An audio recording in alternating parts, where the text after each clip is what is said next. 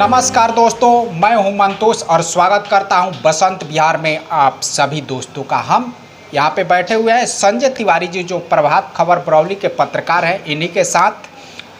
तो आज हम बात करने वाले हैं सिधवलिया थाने के अंतर्गत आने वाले बखरौर में जो एक 9 साल की बच्ची के साथ जो दुष्कर्म हुआ और फिर उसकी हत्या हुई, उसी विषय को लेकर जो उनके परिजन द्वारा, जो जिस लड़की के परिजन द्वारा जो आवेदन दिया गया है, अब उस आवेदन को कानून द्वारा उस पर पॉक्सो एक्ट जो है उसको लगा दिया गया है। और पॉक्सो एक्ट के बारे में हम थोड़े देर में तिवारी जी से बात करेंगे। फिलहाल हम एक बार इस पूरी घटनाक्रम पे हम एक बार प्रकाश डाल देना चाहते हैं कि आखिर ये पूरा घटनाक्रम क्या है, ताकि आप लोग समझ जाएंगे। होता कुछ इस तरह से है कि सिधवलिया प्रखंड के अंतर्गत बखरौर गांव है, वहाँ पे एक लड़की है 9 साल की, लाली जिसका नाम है, और वो अपने पड़ोसी के यहाँ हर रोज़ की तरह 25 तारीख को भी जाती है 10 बजे के आसपास, और उसके साथ यह दुष्कर्म हो जाता है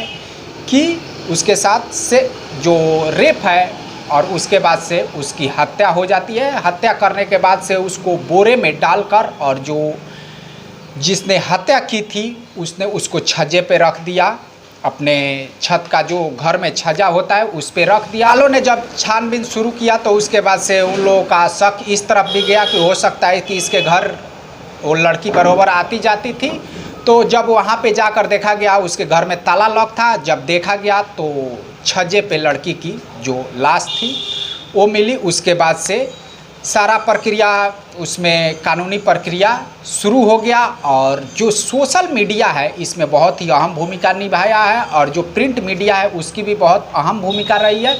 उस पूरे मामले को ये पूरी तरीके से किसी भी तरह से मध्यम या धीमा नहीं होने दिया। जो सोशल मीडिया है यहाँ पे पूरे गोपालगंज डिस्ट्रिक्ट की अगर हम बात करें तो जगह जगह पे इस घटना के विरोध में जो कैंडल मार्च है निकाले गए हैं, आंदोलन किया गया है, और जो नेताओं की भूमिका है वो भी उनके परिवार के साथ पूरी तरीके से इस विपत्ति की घड़ी में सराहनीय रही है।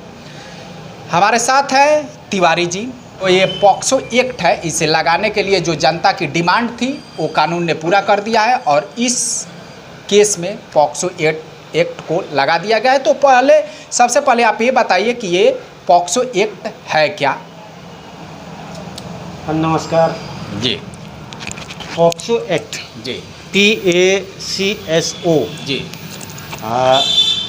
Protection of children from sexual offences, जी, यानी बाल यौन अपराध संरक्षण अधिनियम। जी, यानी जो बच्चे हैं, हाँ, जो 18 साल से नीचे के बच्चे हैं, किसी भी तरह का यौन अपराध किया जाता है तो उस पे पॉक्सो एक्ट लगाया जाता है, और लगता है। जी।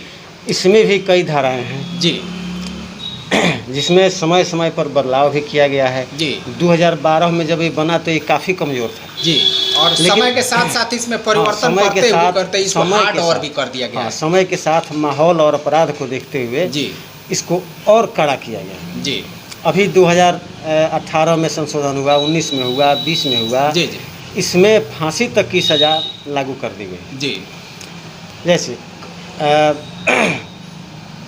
12 साल, अगर अपराध 12 साल के बच्चे से है, इसमें हम एक बात ये भी बता देते हैं कि इसमें जो जेंडर है, जेंडर चाहे कोई भी हो, वो चाहे इसमें लड़का लड़की, लड़का हो या लड़की हो, दोनों के विषय में ये जो एक्ट है ये सेम काम करता है। यानी बच्चे के साथ, चाहे वो बच्चा लड़का हो या लड़की, किसी के साथ भी अगर दुष्कर्म होता है तो उसमें ये एक्ट जो है ये पूरी तरीके से सेम रूप से ही काम करेगा। हाँ, ये जो पॉक्सो अधिनियम है जी 2012 में लागू हुआ, तो बच्चों के हित और सुरक्षा का ध्यान रखते हुए जी बच्चों को यौन अपराध, यौन उत्पीड़न तथा पोर्नोग्राफी से संरक्षण प्रदान करने के लिए इसे लागू किया गया। जी जी जी जी जी।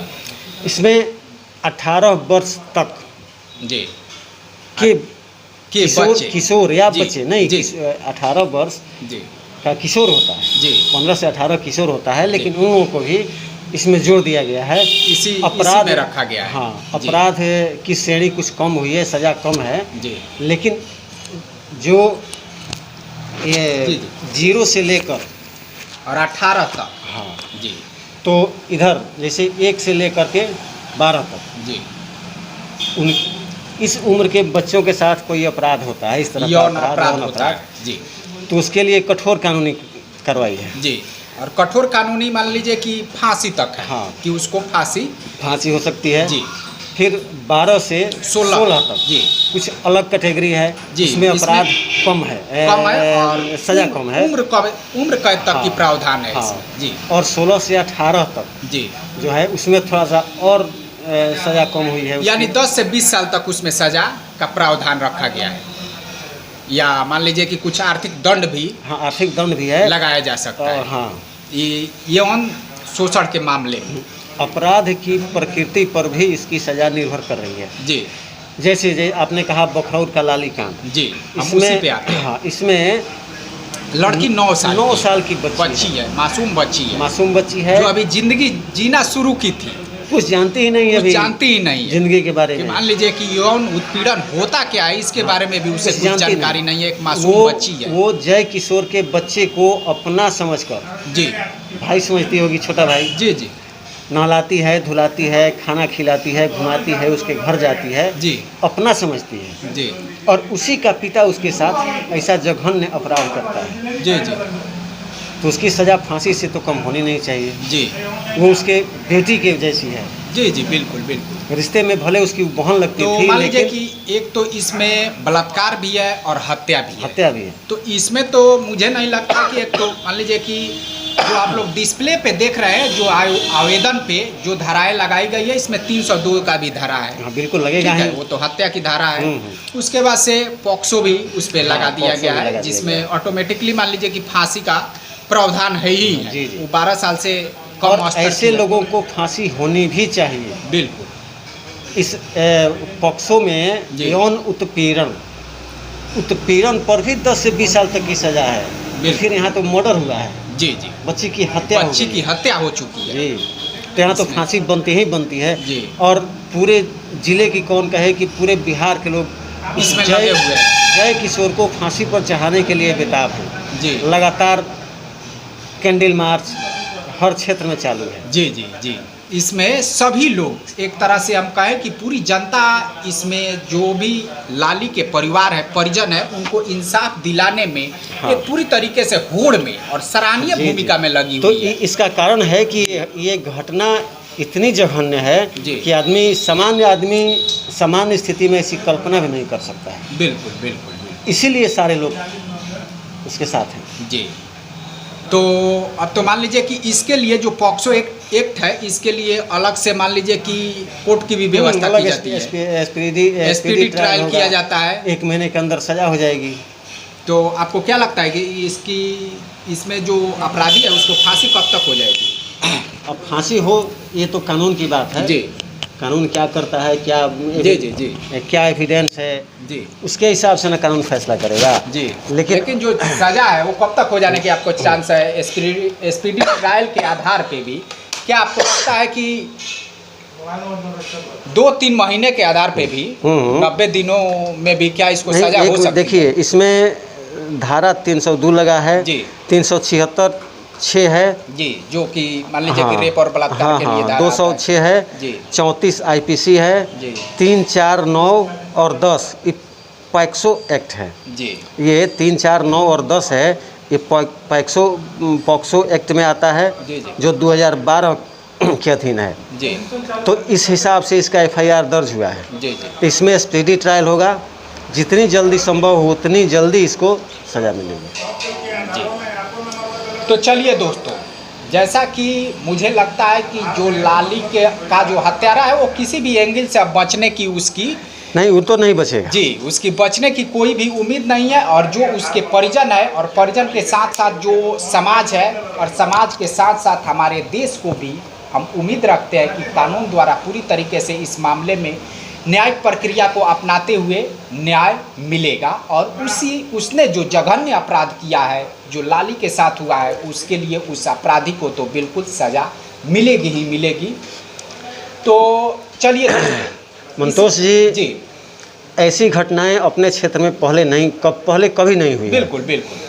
हमारे यहाँ गांव देहात में पूरा जो हम लोग का एक हम गांव लोग है, जो भी गांव होता है वो एक घर- पारिवारिक माहौल में हम पारिवारिक लोग माहौल जीते होता हैं। है, घरेलू होता है। जी, जी। सब लोग एक दूसरे के घर जाते हैं, आना जाना लगा रहता है, खाना बच्चों पीना की लगा तो बात रहता है। हटाइए, जो यंग लोग हैं वो भी एक दूसरे के घर वो भी। आते जाते हैं और देखिए- पूरी पूरी तरीके से मान लीजिए कि एक बहन भाई चाचा चाचा इस तरह की रिलेशन में जाते आते रहते हैं। और किसी तरह का इसमें मान लीजिए कि अब इस तरह की छोटी बच्ची है, उसके साथ अगर कोई किसी के घर भी अगर जाता है और इसके साथ इस तरह से जघन्य अपराध होता है, तो ये इससे हमारे को समाज सोचने पे में बहुत ही मजबूर कर देता है यह घटना। हमारे समाज में एक खाई उत्पन्न हो रही है ऐसी घटनाओं से। जी जी लोग पड़ोसी, एक दूसरे के सुख दुख में काम आने वाले लोग, जी हमेशा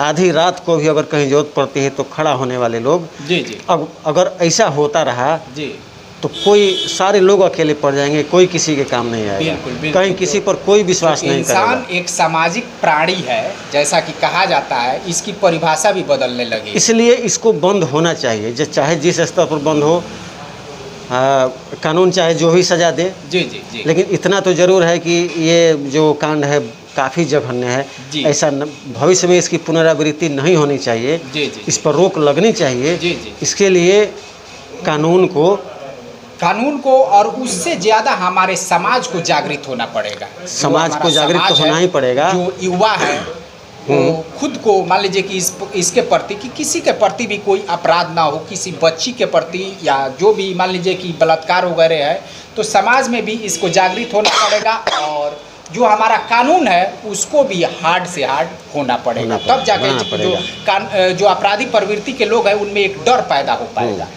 एक अपराध पर लगाम लगेगी जी। और तभी हम लोग इससे एक बार फिर अपने गाँवी माहौल को जी हम लोग जी पाएंगे। जी। तो चलिए दोस्तों, इसी वक्तव्य के साथ हम अपने वीडियो को यहीं पे समाप्त करते हैं। हम फिर मिलेंगे अगले वीडियो में अगले टॉपिक के साथ। तब तक के लिए नमस्कार। नमस्कार।